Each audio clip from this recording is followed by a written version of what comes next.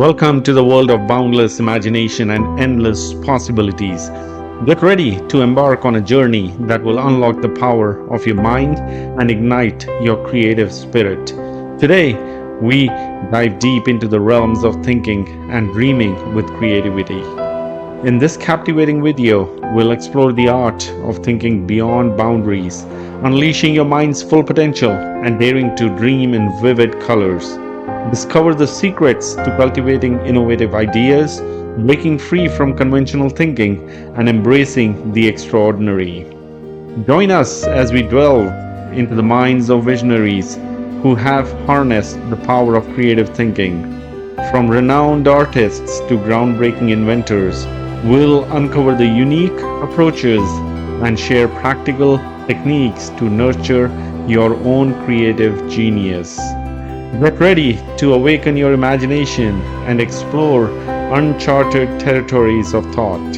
Together, we'll challenge the status quo, ignite sparks of inspiration, and redefine what's possible. Are you ready to unlock the door to limitless creativity? Then, hit that subscribe button and join us on this exhilarating adventure of thinking and dreaming with creativity. Prepare to open your mind, broaden your horizons, and watch as the ordinary transforms into extraordinary. The time has come to dive headfirst into the realms of untapped potential. Get ready to let your imagination soar. Welcome to a world where thinking knows no bounds and dreams become reality. Let's embark on this exciting journey together. Stay tuned for an exploration that will forever change the way you think and dream. Don't forget to subscribe and hit the notification bell to never miss an episode of our captivating series on thinking and dreaming with creativity. First, let's clear up a common fallacy about the meaning of creative thinking. For some illogical reason, science, engineering, and art and the writing got tabbed as about the only truly creative pursuits. Most people associate creative thinking with things like the discovery of electricity or polio vaccine, or the writing of a novel, or the development of color television. Certainly, accomplishments like these are evidence of creative thinking. Each forward step made in the conquest of space is the result of creative thinking, lots of it. But creative thinking is not reserved for certain occupations, nor is it restricted to super intelligent people. Well, then, what is creative thinking? A low-income family devises a plan to send their son to a leading university. That's creative thinking. A family turns the street's most undesirable lot into a neighborhood beauty spot. That's creative thinking. A minister develops a plan that doubles his Sunday evening attendance. That's creative thinking. Figuring out ways to simplify record keeping, selling the impossible customer, keeping the children occupied constructively, making employees really like their work, or preventing a certain quarrel. All of these are examples of practical, everyday creative thinking. Creative thinking is simply finding new, improved ways to do anything. The rewards of all types of success in a home, at work, in the community, hinge on finding ways to do things better. Now let's see what we can do to develop and strengthen our creative thinking ability. Step 1. Believe it can be done. Here is the basic truth. To do anything, we must first believe it can be done. Believing something can be done sets the mind in motion to find a way to do it. To illustrate this point of creative thinking, in training sessions, I often use this example. I ask the group, how many of you feel it is possible to eliminate jails within the next 30 years? Invariably, the group looks bewildered, not quite sure what they heard, and thinking and listening in a very fuzzy way. So after a pause, I repeat, how many of you feel it is possible to eliminate jails within the next 30 years? Once they're sure I'm not joking, someone always blasts me with something like, you mean to say you want to turn all those murderers, thieves, and rapists loose? Don't you realize what this would mean? Why none of us would be safe? We have to have jails. And the group goes on, telling me all sorts of good reasons why we must have jails. After about 10 minutes of letting the group prove why we can't eliminate the need for jails, I say to them, now let me mention here that this question of eliminating jails is used to make a point. Each of you has come up with reasons why we can't eliminate the need for jails. Will you do me a favor?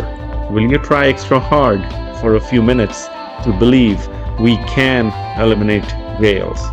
Joining in the spirit of the experiment, the group says, in effect, oh, well, but just for kicks, then I ask. Now, assuming we can eliminate jails, how could we begin? Suggestions come slowly at first. Someone hesitantly says something like, well, you might cut down crime if you establish more youth centers. Before long, the group with 10 minutes ago was solidly against the idea now begins to work up real enthusiasm. Work to eliminate poverty. Most crime stems from the low income levels. Conduct research to spot potential criminals before they commit a crime. Educate law enforcement personnel in positive methods of reform. These are just samples of the 78 specific ideas. When you believe, your mind finds ways to do it. This experiment just has one point. When you believe something is impossible, your mind goes to work for you to prove why. But when you really believe something can be done, your mind goes to work for you and helps you find the ways to do it. Believing something can be done paves the way for creative solutions. Believing something can't be done is destructive thinking. This point applies to all situations, little and big. In a similar fashion, you can find ways to like a person if you believe you can. You can discover solutions to personal problems if you believe you can. You can find a way to purchase that new, larger home if you believe you can. Belief releases creative powers. Disbelief puts the brakes on. Believe and you'll start thinking constructively. Your mind will create a way if you let it. A little over 10 years ago, a young man asked me to help him find a job with more future. He was employed as a clerk in a credit department of a mail order company and felt that he was getting nowhere. We talked about his past record and what he wanted to do. After knowing something about him, I said, I admire you very much for wanting to move up the ladder to do a better job and more responsibility, but getting a start in the kind of job you want requires a college degree these days. I noticed you finished 3 semesters. May I suggest you finish college?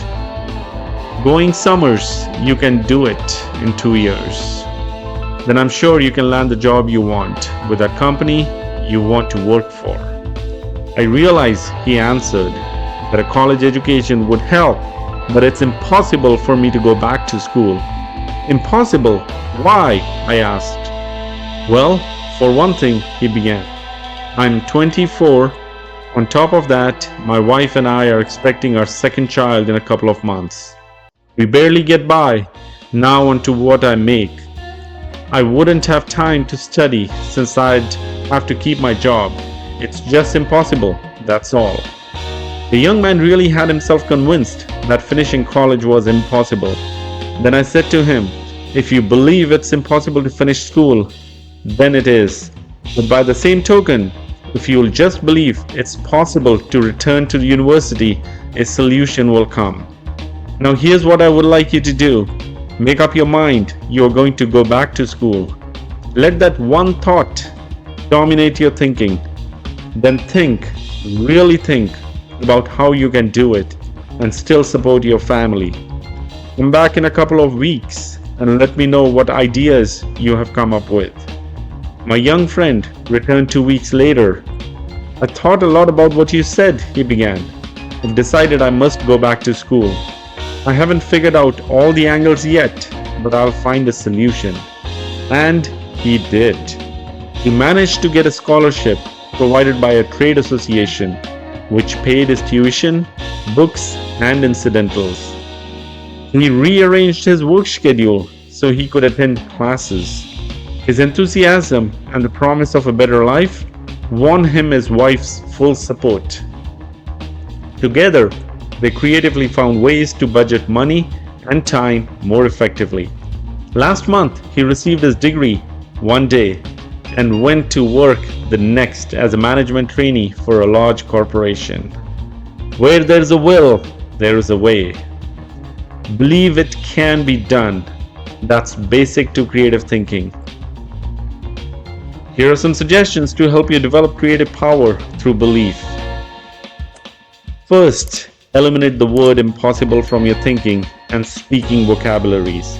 Impossible is a failure word. The thought it's impossible sets off a chain reaction of other thoughts to prove you are right. Second, think of something special you've been wanting to do but felt you couldn't. Now make a list of reasons why you can do it. Many of us whip and defeat our desires simply because we concentrate on why we can't, when the only thing worthy of our mental concentration is why we can. Recently, I read a newspaper item that said that there are too many counties in most states. The article pointed out that most county boundaries were established decades before the first automobile was built, and while the horse and the buggy was the chief mode of travel. But today, with fast automobiles and good roads, there is no reason why 3 or 4 counties would not be combined. This would cut down greatly on duplicative services so that taxpayers would actually get better service for less money. The writer of this article said he thought that he had stumbled across a really live idea. So he interviewed 30 people at random to get their reactions. The result, not one person thought the idea had merit, even though it would provide them with better local government at less cost. That's an example of traditional thinking. The traditional thinker's mind is paralyzed. He reasons, it's been this way for 100 years, therefore it must be good and must stay this way. Why risk a change? Average people have always resented progress. Many voiced a protest toward the automobile on the grounds that nature meant for us to walk or use horses. The airplane seemed drastic to many. Man had no right to enter the province reserved for birds. A lot of status quoers still insist that man has no business in space. One top missile expert recently gave an answer to this kind of thinking. Man belongs where man wants to go. Around 1900, a sales executive discovered a scientific principle of sales management. It received a lot of publicity and even found its way into textbooks. The principle was this: there is one best way to sell a product. Find the best way, then never deviate from it. Fortunately for this man's company, new leadership came in time to save the organization from financial ruin. Contrast that experience with the philosophy of Crawford, president of one of the nation's largest business organizations, DuPont. In a talk at Columbia University, Mr. Greenwald said, "There are many ways in which a good job can be done. As many ways, in fact, as there are men to whom the task is given. In truth, there is no one best way to do anything.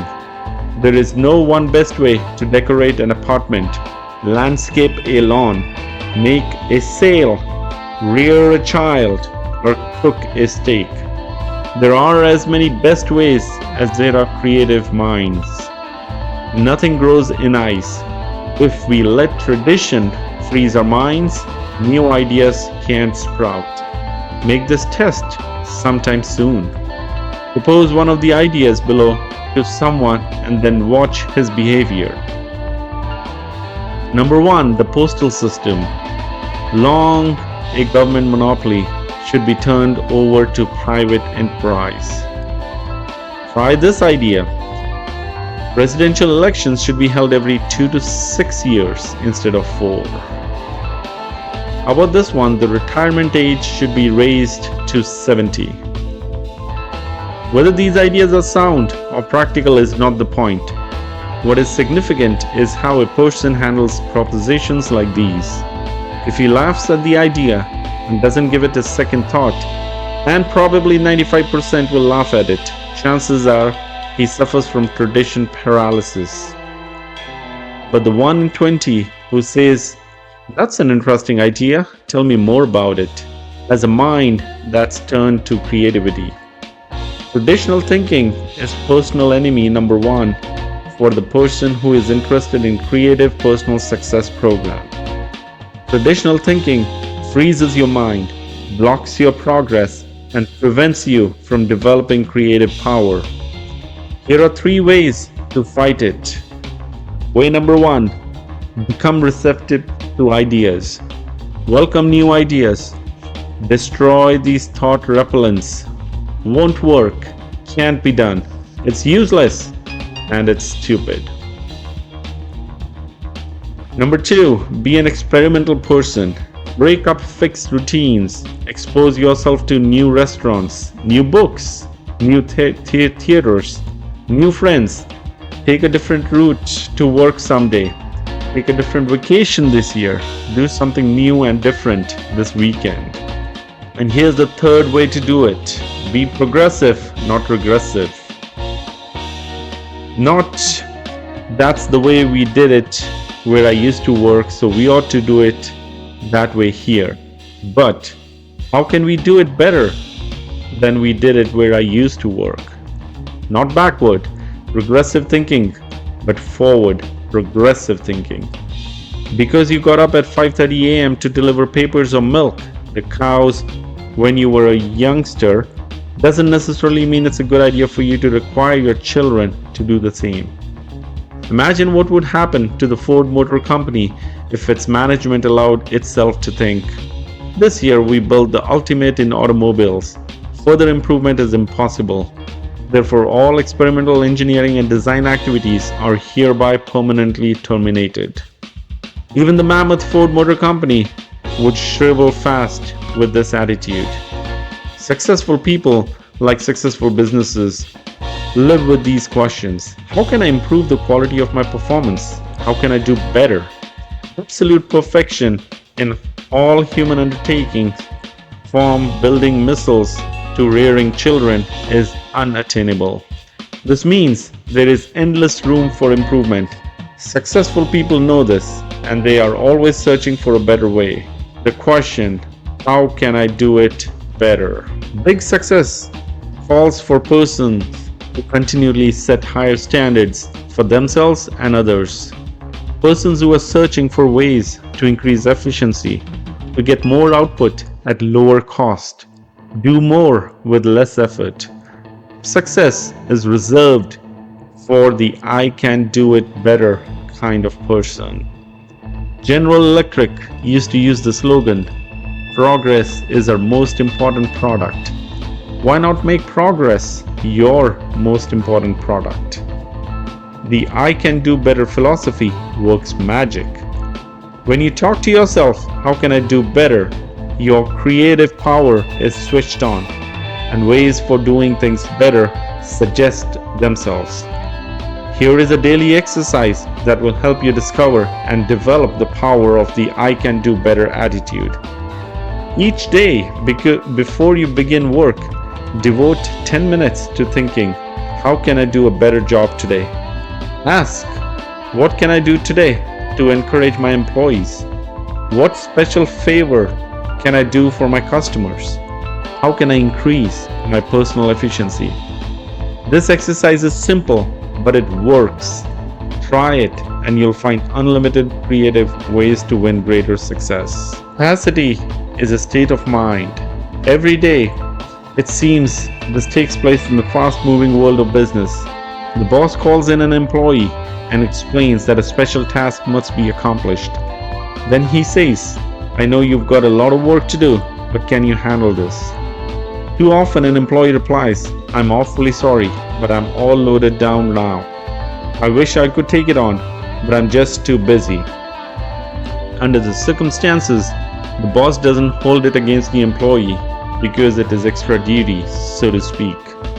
But the boss realizes the task must be done, and he'll keep looking until he finds an employee who is just as busy as the rest, but who feels he can take on more.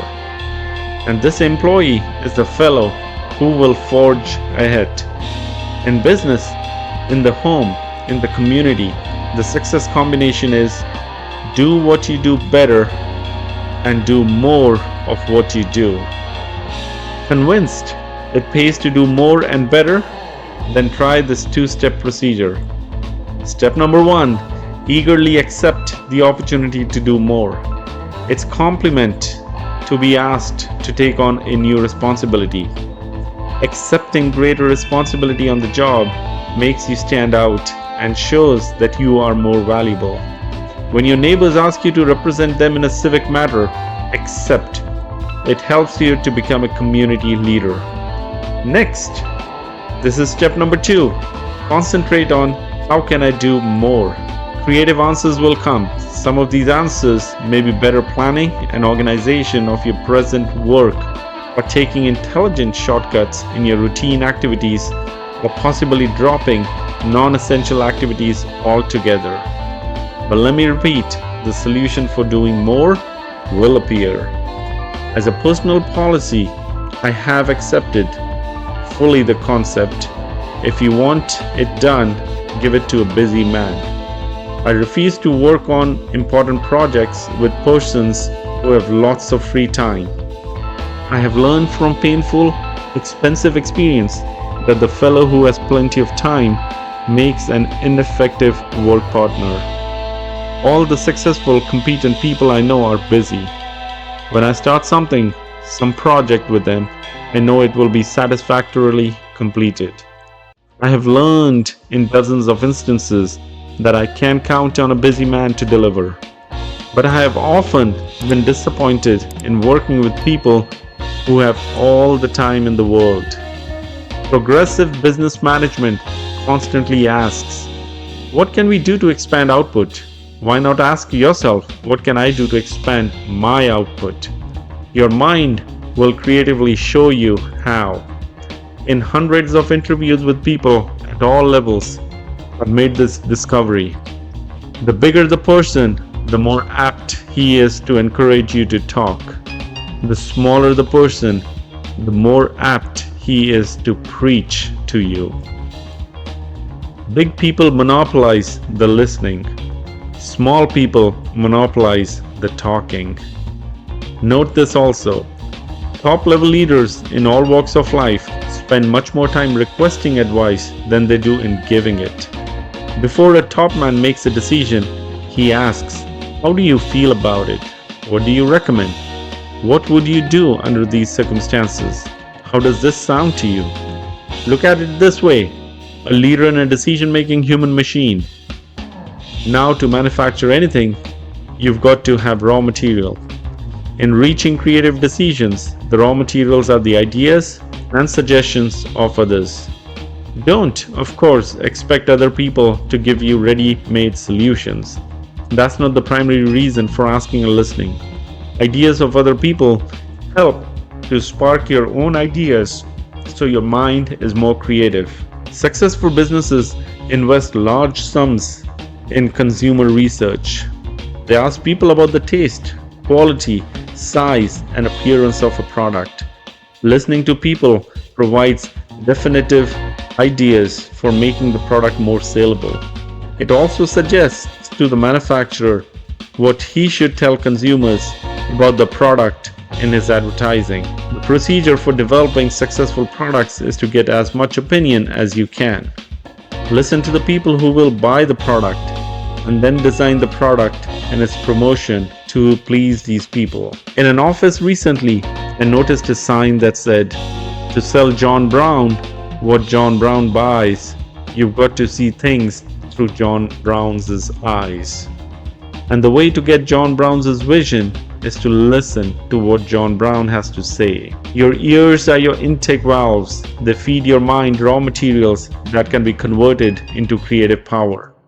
We learn nothing from telling, but there is no limit to what we can learn by asking and listening. Try this 3-stage program to strengthen your creativity through asking and listening. Stage 1: encourage others to talk. In personal conversation or in group meetings, draw out people with little urges such as, "Tell me about your experience," or "What do you think should be done?" or "What do you think is a key point?" Encourage others to talk and you win a double-barreled victory. Your mind soaks up raw material and you can use to produce creative thought, and you win friends. There is no surer way to get people to like you than to encourage them to talk to you. Stage 2: test your own views in the form of questions.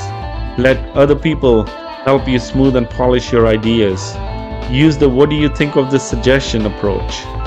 Don't be dogmatic. Don't announce a fresh idea as if it were handed down on a gold tablet. Do a little informal research first. See how your associates react to it. If you do, chances are you'll end up with a better idea. And stage 3: concentrate on what the other person says. Listening is more than just keeping your own mouth shut. Listening means letting what's said penetrate your mind. So often people pretend to listening when they aren't listening at all. They're just waiting for the other person to pause so they can take over with the talking. Concentrate on what the other person says. Evaluate it. That's how you collect mind food. More and more leading universities are offering advanced management training programs for senior business executives. According to the sponsors, the big benefit of these programs is not that the execs get ready-made formulae that they can use to operate their businesses more efficiently. Rather, they benefit most from the opportunity to exchange and discuss new ideas. Many of these programs require the executives to live together in college dorms, thus encouraging bull sessions. Boiled down to one word, the executives benefit most from the stimulation received. There are many ways to get mental stimulation, but here are 2 that you can incorporate into your pattern of life. First, join and meet regularly with at least one professional group that provides stimulation on your own occupational area. Rub shoulders and minds with other success-oriented people. So often I hear someone say, "I picked up a great idea that noon at the meeting." During the meeting yesterday, I got to thinking. Remember, a mind that feeds only on itself soon is undernourished, becoming weak and incapable of creative, progressive thought. Stimulation from others is excellent mind food. Second, join and participate in at least one group outside your occupational interests. Association with people who have different job interests broadens your thinking and helps you to see the big picture. You'll be surprised how mixing regularly with people outside your occupational area will stimulate your on-the-job thinking. Ideas are fruits of your thinking, but they've got to be harnessed and put to work to have value. Each year, an oak tree produces enough acorns to populate a good-sized forest. Yet, from these bushels of seeds, perhaps only 1 or 2 acorns will become a tree. The squirrels destroy most of them, and the hard ground beneath the tree doesn't give the few remaining seeds much chance from a start. So it is with ideas, very few bear fruit. Ideas are highly perishable. If we are not on guard, the squirrels, that is the negative thinking people, will destroy most of them. Ideas require special handling from the time they are born until they are transformed into practical ways for doing things better. Use these 3 ways to harness and develop your ideas. Way number 1 is don't let ideas escape. Write them down. Every day, lots of ideas, good ideas are born, only to die quickly because they aren't nailed to paper. Don't use your mind as a folder. Memory is a weak slave. when it comes to preserving and nurturing brand new ideas. How about carrying a notebook with some small cards with you? When you get an idea, write it down. A friend who travels a lot keeps a clipboard beside him so that he can write down an idea the instant it occurs to him. People with fertile creative minds know a good idea may sprout anytime, any place. Don't let ideas escape, else you destroy the fruits of your thinking. Fence them in. The next way is to review your ideas. File these ideas in an active file. The file can be an elaborate cabinet, or it can be a desk drawer. A shoebox will do. But build a file and then examine your storehouse of ideas regularly. As you go over your ideas, some may, for very good reasons, have no value at all. Get rid of them. But so long as the ideas has any promise, keep it. Step number 3 is to cultivate and fertilize your ideas. Now, make your idea grow. Think about it. Tie the idea to related ideas. Read anything you can find that is in any way related to your idea. Investigate all angles. Then, when the time is ripe, put it to work for yourself, your job, your future. When an architect gets an idea for a new building, he makes a preliminary drawing. When a creative advertising person gets an idea for a new TV commercial, he puts it into storyboard form. A series of drawings that suggest what the idea will look like in finished form. Writers with ideas prepare a first draft. Note: shape up the idea on paper. There are 2 excellent reasons for this. When the idea takes tangible form, you can literally look at it, see the loopholes, see what it needs in the way of polish. Then, 2 ideas have to be sold to someone. Customers, employees, the boss, friends, fellow club members, investors. Somebody must buy the idea, else it has no value. Resolve to put your ideas in a saleable form. An idea written or in some sort of picture or diagram form has many times more selling power than an idea presented only in an oral form. Use these tools and think creatively. Number 1, believe it can be done. When you believe something can be done, your mind will find the ways to do it. Believing is a solution that paves the way to another solution. Don't let tradition paralyze your mind. Be receptive to new ideas. Be experimental. Try new approaches. Be progressive in everything you do. Ask yourself daily, how can I do better? There is no limit to self-improvement. When you ask yourself, how can I do better? Sound answers will appear. Try it and see. Ask yourself, how can I do more? Capacity is a state of mind. Asking yourself this question puts your mind to work to find intelligent shortcuts. The success combination in business is do what you do better, do more of what you do. Practice asking and listening. Ask and listen, and you'll obtain raw material for reaching sound decisions. Remember, big people monopolize the listening. Small people monopolize the talking. Stretch your mind, get stimulated. Associate with people who can help you think of new ideas, new ways of doing things. Mix with the people of different occupational and social interests. Thank you for joining us on this exhilarating journey of thinking and dreaming with creativity. We hope this video has sparked your imagination, inspired your thoughts, and empowered you to embrace your creative potential. Remember, creativity knows no bounds. It is a gift that resides within each of us, waiting to be explored and nurtured. Continue to challenge the limits of your imagination. Seek new perspectives and dare to dream beyond what is considered possible. As you embark on your creative journey, remember that every idea, no matter how big or small, has the power to shape the world. Take a moment to appreciate the beauty and wonder that surrounds us. for it can serve as a wellspring of inspiration. If you enjoyed this video, don't forget to give it a thumbs up and share it with fellow dreamers and thinkers. Subscribe to our channel and hit the notification bell to stay updated on our latest videos, where we delve deeper into the realms of creativity and inspiration. Now it's time for you to go out into the world, armed with the power of creative thinking and dreaming. Embrace your uniqueness, trust your instincts, and let your creativity shine. Thank you once again for joining us on this extraordinary journey. May your thoughts be filled with innovation and your dreams be brought to life. Until next time, keep thinking, keep dreaming, and keep creating.